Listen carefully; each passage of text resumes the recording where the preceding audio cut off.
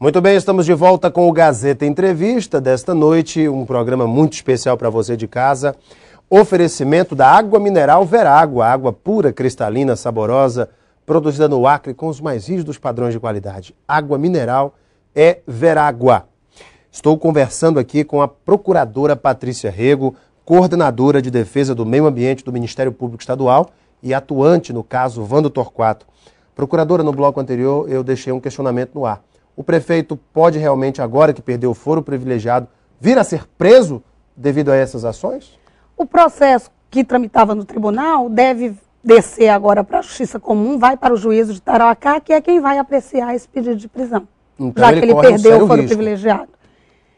No meu sentir, fui eu que pedi a prisão, os fundamentos justificam e a gente agora vai, enfim, aguardar a apreciação do juízo lá de Tarauacá. E assume a prefeitura a vice Marilete Vitorino. Do que me parece que não Progressista. foi empossada ainda porque estava fora do município. A informação que eu tenho é que ela deve estar retornando.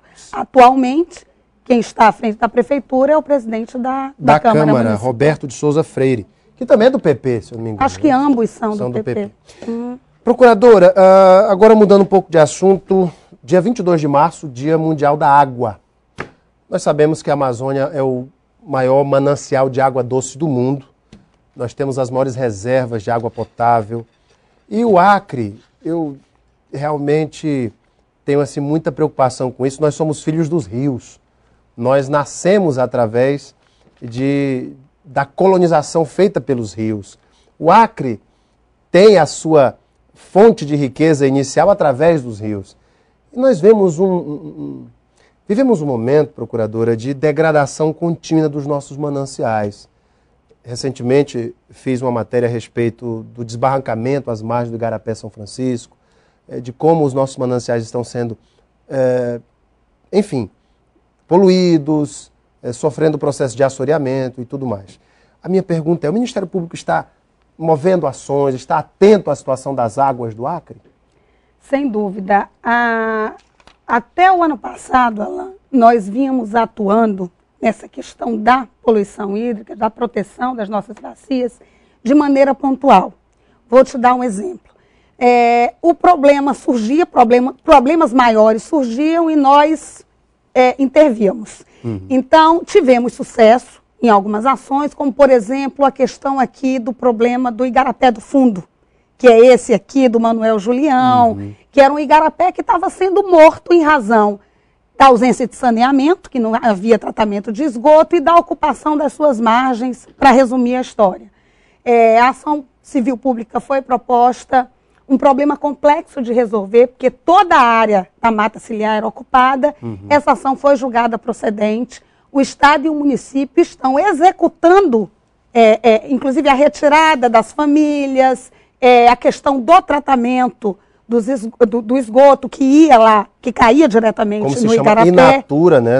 Exatamente. Sem nenhum tratamento. Através, inclusive, de recursos do PAC. E a gente tem acompanhado essa execução.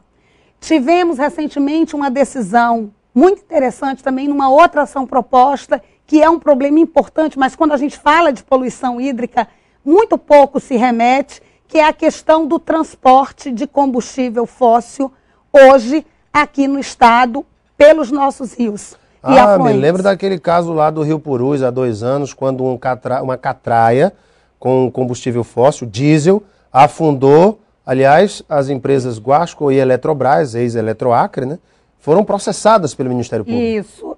Naquele momento, né, quando houve a denúncia de que aconteceu o acidente, os barris estavam perdidos, ninguém sabia onde estava, houve uma mobilização. Diz que até hoje estão no fundo do rio, né? Da Comissão de Gerenciamento de Riscos do Estado, e nós nos deparamos com a nossa impotência diante de um acidente daquele. Aliás, é comum o transporte desses insumos. E já ocorreram outros acidentes. Em Tarauacá teve um acidente grande.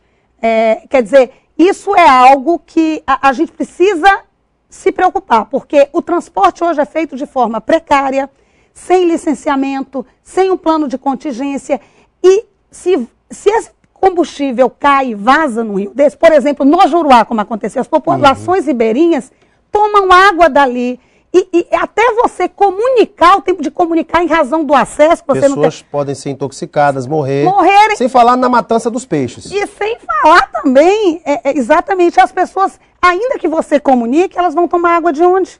Então, isso é um problema sério. Nós tivemos também uma vitória, a Guascor e a Eletroacre foram condenadas no sentido de apresentarem planos de contingência, de fazerem o licenciamento desse transporte, né, de apresentarem um plano para o transporte seguro desse combustível. Então, nós atuávamos, como eu disse antes, de forma pontual. O ano passado, nós passamos no Ministério Público por um processo de implantação de gestão estratégica.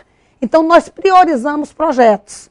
E na área ambiental, tem um projeto de poluição hídrica que diz respeito à atuação aqui na bacia do Acre, do Rio Acre, Baixo e Alto Acre, que é a área mais antropizada. 54% das matas ciliares dessa bacia estão ocupadas, estão degradadas, ou seja, quase 60%. É por isso que a gente vê que o nosso Rio Acre está morrendo. E como é que o Ministério Público vai fiscalizar esse tipo de transporte, esse tipo de agressão aos rios, procurador? Então, o que é esse projeto que eu falei antes? Na realidade identificar quais são as fontes de poluição e de degradação nas matas ciliares e nas nascentes, procurar identificar os programas que o Estado, o município e a União têm de recuperação dessas áreas e aí adotar medidas junto a esses poluidores, degradadores, no sentido de recuperar o dano e prevenir. E aí essa semana foi lançado pelo governo do Estado, nós temos já hoje um plano, né, que foi o plano de gerenciamento de recursos hídricos do Estado, exatamente, do Estado, que é um instrumento de política, não é? Política pública do Estado, para a questão de proteção dos recursos hídricos. E esse é um instrumento muito valioso. E essa semana foi lançado um plano de ação para tirar do papel isso, voltado para a bacia do Rio Acre. E aí o Ministério Público pode ser um grande aliado nisso. E que ações vão ser realizadas? Primeiro, de identificação disso. A gente precisa identificar. A gente tem um percentual, que na realidade eu dei um percentual errado. Eu falei que 50% dessas áreas estão ocupadas. Na realidade, 50% da bacia está desflorestada e 23% está ocupada. Eu dei um percentual errado. Olha só. Então nós temos que identificar quem está ocupando essas áreas. A gente tem que desocupar essas áreas. Colocar essas famílias em locais adequados. Adequados e recuperar essa área. A questão do saneamento. São 30 metros, né, que o Código Florestal determina de área ocupada. De rio até 10 metros. De rio até 10 metros, que é área de proteção permanente. É uma APP. Mas a gente tem uma cultura de realmente. A nossa vida que começou no Rio. É por isso que fizemos aquele preâmbulo. Tem que ter um trabalho de educação ambiental impactante, que a gente pode colaborar também. E tem as parcerias também, que são parcerias estratégicas com os países que estão aqui na fronteira. Nós, Ministérios Públicos, já tivemos um encontro nacional o ano passado, onde esse problema foi colocado, de parceria com os Ministérios Públicos do Peru e da Bolívia, porque os nossos rios nascem lá. Além disso, procuradora, a retirada das famílias nas áreas, como está sendo feito no Igarapé Fundo, nas áreas próximas ao Igarapé São Francisco, que estão na beira do Igarapé. Eu visitei casas que foram construídas à frente porque a casa de trás já tinha sido comida pelo barranco. Áreas de risco. Áreas de risco. Isso daí também está contemplado nesse plano? Na realidade, o plano está sendo construído. Quando eu coloco que o Ministério Público é parceiro, porque a gente tem um projeto que vem de encontro a esse plano. E no nosso projeto, essas ações estão contempladas. É a identificação, o mapeamento dessas áreas, e aí são áreas urbanas e áreas rurais. Em áreas urbanas, você vai contemplar áreas de risco, e o poder público vai entrar com a retirada.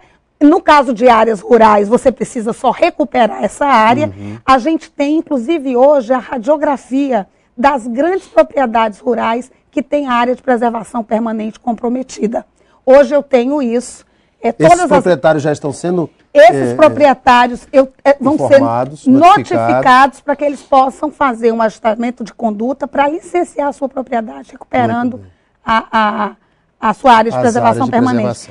Com grande proprietário médio, isso é mais fácil fazer, porque você identifica, chama a pessoa. O difícil é você fazer isso com o pequeno. Que são vários. Vários, são inúmeros assentamentos, tem problema, muitos estão até às vezes em áreas de reserva legal, é muito mais complicado. Mas com grande proprietário, pelo menos em termos de logística, dessa primeira parte de identificação de diagnóstico, é mais fácil fazer. Bem, este foi um dos temas da nossa entrevista. Eu conversei aqui com a procuradora Patrícia Rego, coordenadora de defesa do meio ambiente do Ministério Público Estadual. Procuradora, muito obrigado pela sua vinda. Mesmo rouca, mesmo assim atrapalhando um pouco sua agenda, é sempre um prazer tê-la aqui no programa. Imagina, eu é que tenho o prazer de vir aqui. Sempre que for convidada, virei com o maior prazer. Prazer é nosso. Daqui a pouquinho nós voltamos para a sequência do Gazeta Entrevista. Até já.